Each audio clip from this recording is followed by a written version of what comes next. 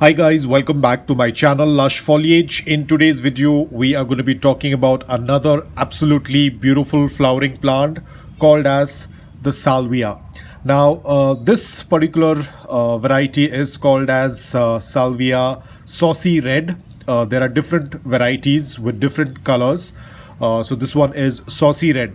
Now I'm a little bit confused about this plant, whether it's a perennial or annual, because as per Google, this is a perennial plant, but I have seen some YouTubers say that it's an annual plant. And I remember one of the video wherein the YouTuber said that the Salvia plant will start to die by March, but I recently purchased this plant and it has just started to bloom. So when I got the plant, there were no blooms on it, but as usual, I went ahead and did the experiment. I used some banana peel water. After that, it has started to put out these blooms. So I am not very sure what exactly was that YouTuber talking about, because it's already past March and the flower is blooming even now. Or probably it's because of my environment, because in my city a lot of flowering plants tend to do quite well. It's because of the climate. So I'm still very confused about whether it's a perennial or annual. I will only get to know once I grow it for at least a year. The plant was purchased probably a month back, so I'm still trying to understand whether it's perennial or annual. But either ways, whether it's perennial or annual, the care tips remains the same. Let's start off with light. Salvias need minimum 6 hours of direct sunlight. Do not keep them in shade or in low light. The plant will not do quite well. Offer them minimum of 6 hours of direct sunlight. When you tend to give them a good amount of sunlight, the flowers will start. The flowers have a very different shape, unlike our regular flowering plants which have these circular blooms. These tend to have more like spikes, and they tend to look absolutely stunning when they tend to grow in a bunch. As I said, it has recently started to flower. The flowers are quite less, but here we have another one coming up.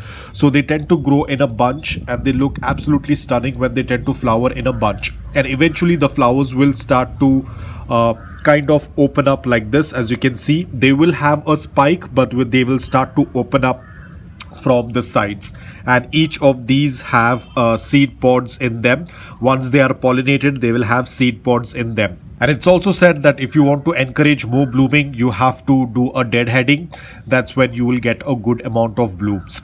Talking about the soil mix, I have used the same soil mix which I use for all of my plants, which is a mix of coco peat, garden soil, sand.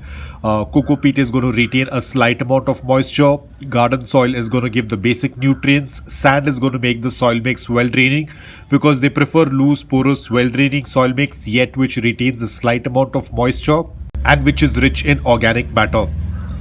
Watering, whenever you see around 1 inch of the upper layer of soil is dry, go ahead and do a complete watering until the water starts passing through the drain hole. They do not like to be sitting in dry soil, so ensure that you're keeping a watch on that. Talking about pest issues, yes, they do get affected with mealybugs and aphids because of the blooms, so always do a visual check. The moment you notice even one bug, go with your neem oil spray and get rid of it then and there.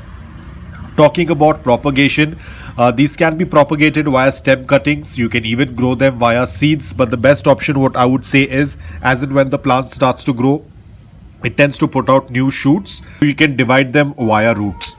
Overall, the plant is very easy. Just follow the basic guidelines. Offer them a good amount of sunlight. Do a proper watering. Fertilizers, whenever you tend to see that the blooming has started, you can go with any organic fertilizer, whether it's compost, seaweed, any one can be used.